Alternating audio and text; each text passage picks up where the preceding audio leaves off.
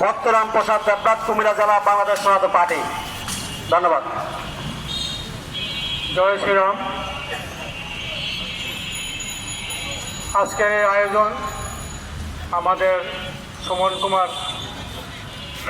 রায়ের এই আয়োজনে আমরা, তার এই অক্লান্ত পরিশ্রমের আয়োজনে আমরা কৃতজ্ঞ। আসলে সনাতন ধর্মাবলম্বী আমরা বেশি শক্তিতে তেমন শক্তিশালী না, তারপরেও আমাদের প্রতিবাদ আমরা করেই যাব। এই জায়গায় চিন্ময় প্রভু একটি মাছ সে কেটে খায় না, তার বিরুদ্ধে মারার কেস দিয়ে আজকাল 1.5 বছর পর্যন্ত জেল হাজতে রাখা হয়।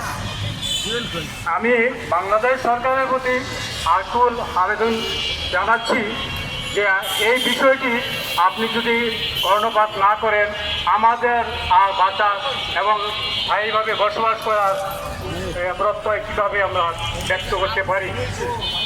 আমরা যখন ইউরোপ সরকার ছিল তখন আমরা ভাবছিলাম যে গণতন্ত্র সরকার আসলে আমরা অবশ্যই একটি পরিত্রাণের দরজা চোখে দেখতে পাইব, কিন্তু কোথায়?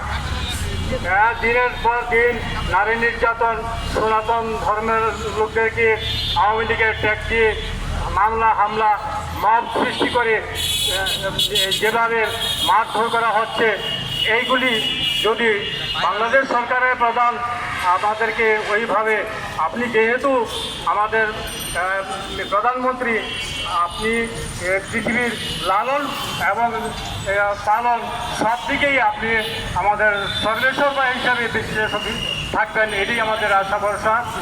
আর আমি আমার বক্তব্য দীর্ঘায়িত না করে আমি আমার এখানেই শেষ করলাম। সবাইকে নমস্কার জানাই।